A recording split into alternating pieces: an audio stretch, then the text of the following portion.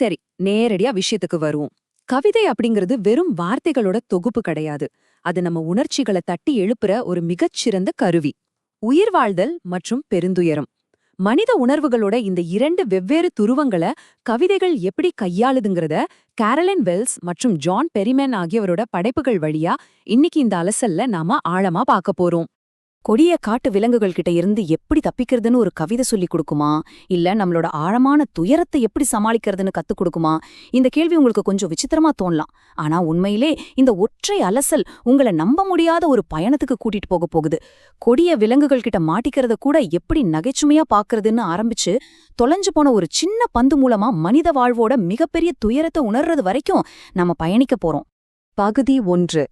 ஆபத்தான காட்டு விலங்குகளை அடையாளம் காணுதல். கேரலின் வெல்ஸோட கவிதையில இருக்கிற இருண்ட நகைச்சுவைய எவ்வளவு சுவாரஸ்யமானது பாருங்க. ஒரு விலங்கு உங்ககிட்ட வருது, உங்களை கொல்லும் தருவாயில ரொம்ப சத்தமா கர்ஜிக்குதுன்னா, ஆமா இது ஆசிய சிங்கம்தான்னு நீங்க அடையாளம் கண்டுக்கலாமா? உயிர் போற அந்த தருவாயில அதை தெரிஞ்சுக்கிட்டு நாம என்ன செய்ய போறோம்?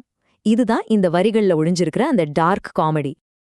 இத ரொம்ப அழகா விளக்குற ஒரு விஷயம் இந்த ஆசிய சிங்கத்தோட அழகிய ஓவியத்துக்கும் கவிதையில சொல்லப்படுற கொடூரமான நிஜத்துக்கும் இடையில இருக்கிற முரண்பாடுதான். சிங்கம் பார்க்க எவ்ளோ கம்பீரமா அழகா இருக்கு, ஆனா அது குடுக்க போற மரண கர்ஜனைய சுட்டி காட்டி கவிஞர் நம்மள சிரிக்க வைக்கிறாங்க. சிங்கம் போதாதுன்னு அடுத்ததா நாம சிறுத்தைய சந்திக்கிறோம்.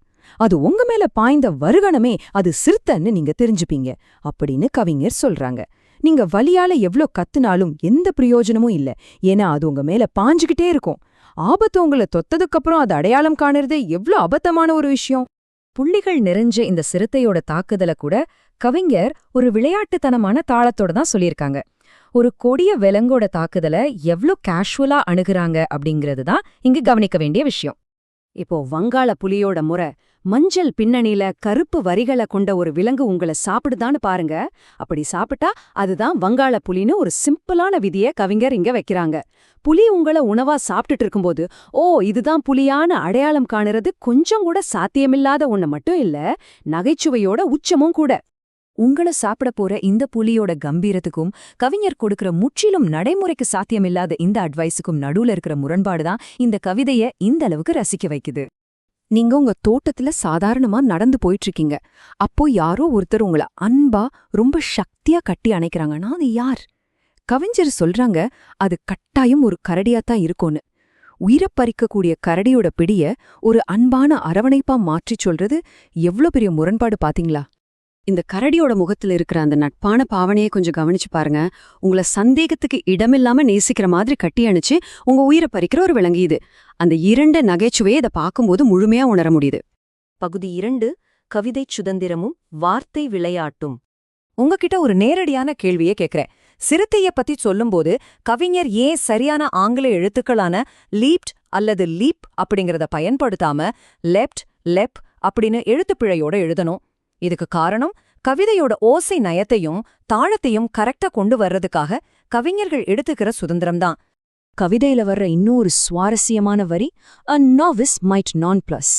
கவிஞர் எப்படி இலக்கணத்தை அப்படியே வளைச்சு தன் கவிதை வரிகளை சரியா ஒத்திசைய வைக்கிறாங்க அப்படிங்கிறதுக்கு இது ஒரு பெஸ்ட் உதாரணம்.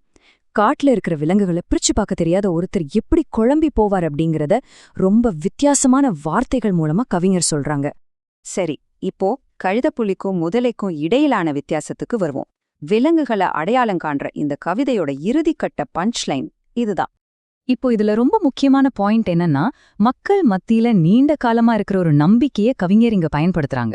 கழுதை புலிகள் சிரிக்கிற மாதிரி சத்தமிடும், முதலைகள் இரைய விழுங்கும் போது கண்ணீர் வடிக்கும் அப்படிங்கிறது தான் அது. விலங்குகளை பத்தின இந்த கட்டுக்கதைகளை வச்சு கவிஞர் எப்படி ஒரு சுவாரஸ்யமான வழிகாட்டிய உருவாக்குறாங்கன்னு பாருங்க. பகுதி 3. ஒரு சிறுவனும் அவனது பந்தும். இப்போ நாம முற்றிலும் வேறொரு உணர்ச்சி பூர்வமான தளத்துக்கு மாறப்போறோம். இந்த காட்சிய அப்படியே உங்க மனசுல கற்பனை செஞ்சு பாருங்க. ஒரு சின்ன பையன் தெருவுல பந்து விளையாடிட்டு இருக்கான். அந்த பந்து துள்ளிச் சென்று பக்கத்துல இருக்கிற தண்ணியில விழுந்துடுது. ஒரு பந்தோட விலை ரொம்ப ரொம்ப குறைவுதான். வேறொரு பந்த ரொம்ப ஈஸியா வாங்கிடலாம். ஆனாலும் அந்த சிறுவன் ஏன் அப்படியே உறைஞ்சு போய் நிக்கிறான்? இந்த சாதாரண நிகழ்வு எவ்ளோ பெரிய இழப்ப குறிக்குதுன்னு யோசிச்சு பாருங்க. இந்த கவிதை வரிகளோட ஆழத்தை உணர்ந்து பாருங்க. அந்த பந்து வெறும் பிளாஸ்டிக் அல்லது ரப்பரால ஆன பொருள் கிடையாது. அது அவனோட குழந்தை பருவம், அவனோட நினைவுகள், சந்தோஷங்கள் எல்லாத்தையும் தனக்குள்ள அடக்குன ஒண்ணு. அது தண்ணிக்குள்ள மூழ்கும்போது அவனோட இளமைக்கால நினைவுகளும் அதோட சேர்ந்து மூழ்கி போறதா அவன் ஃபீல் பண்றான். அதனாலதான் அந்த துயரம் அவனை முழுமையா ஆட்கொள்ளுது. கவிஞர் அந்த சிறுவனை பார்த்துக்கிட்டே இருக்காரு. ஆனா அவனுக்கு ஆறுதல் சொல்லவோ இல்ல வேற பந்து வாங்க பணம் கொடுக்கவோ அவர் விரும்பல. ஏன் தெரியுமா? ஏன்னா உலகத்துல சில இழப்புகளை பணத்தால ஈடு செய்யவே முடியாது. தொலைஞ்சு போன நினைவுகளையும் அந்த பந்தோட அவனுக்கு இருந்த அந்த உணர்வு பூர்வமான பிணைப்பையும் இன்னொரு புது பந்து கண்டிப்பா கொடுத்துடாது இல்லையா? பகுதி 4 இழப்பின் தத்துவம். இப்போ இந்த ஸ்லைட்ல ரொம்ப சுவாரஸ்யமான விஷயம் என்னன்னா, கவிஞர் எபிஸ்டமாலஜி ஆஃப் லாஸ் அப்படிங்கிற வார்த்தைய பயன்படுத்துறார். எபிஸ்டமாலஜினா அறிவோட தன்மைய பத்தின ஆய்வு. அதாவது அந்த சிறுவன் தன்னோட பரிதவிக்கிற கண்களுக்கு பின்னாடி முதன்முறையா இழப்புன்னா என்ன, ஒரு பொருள அல்லது உறவை இழக்கிறதோட தத்துவம் என்ன அப்படிங்கறத ஆழமா புரிஞ்சிக்க தொடங்குறான். அந்த துறைமுகத்துல நின்னுட்டு அந்த பையன் கத்துக்கிட்டது என்ன? இது பொருட்களால் ஆளப்படுற உலகம். இங்க பொருட்கள் வாங்கப்படும், தொலைஞ்சும் போகும், யாரும் அதை திருப்பி கொடுக்க மாட்டாங்க. பணம் எல்லாத்தையும் வாங்கி தந்துடாது. எல்லாவற்றுக்கும் மேலா மனிதரா பிறந்த ஒவ்வொருத்தரும் என்றாவது ஒரு நாள் ஒரு பெரிய இழப்பை சந்தித்தே தீர வேண்டும். அப்படி இழக்கும்போது அந்த துயரத்திலிருந்து எப்படி எழுந்து நிக்கிறதுங்கிற மிக முக்கியமான பாடத்தை அவன் கத்துக்கிறான். நாம இந்த அலசலோட முடிவுக்கு வந்துட்டோம். 2 வெவ்வேறு கவிதைகள் மூலமா மனித உணர்வுகளோட வெவ்வேறு பரிமாணங்களை இன்னைக்கு நம்ம பார்த்திருக்கோம். ஆனா இத நிறைவு செய்யறதுக்கு முன்னாடி உங்களுக்கான ஒரு சிந்தனை. நீங்க உயிராக நேசித்த ஒன்ற எப்போதாவது இழந்திருக்கீங்களா? அந்த துயரத்திலிருந்து நீங்க எப்படி கடந்து வந்தீங்க? அந்த சிறுவன் கத்துக்கிட்ட பாடத்தை நீங்களும் உங்க வாழ்வில எப்போதாவது உணர்ந்திருக்கீங்களா? கொஞ்சம் சிந்திச்சு பாருங்க.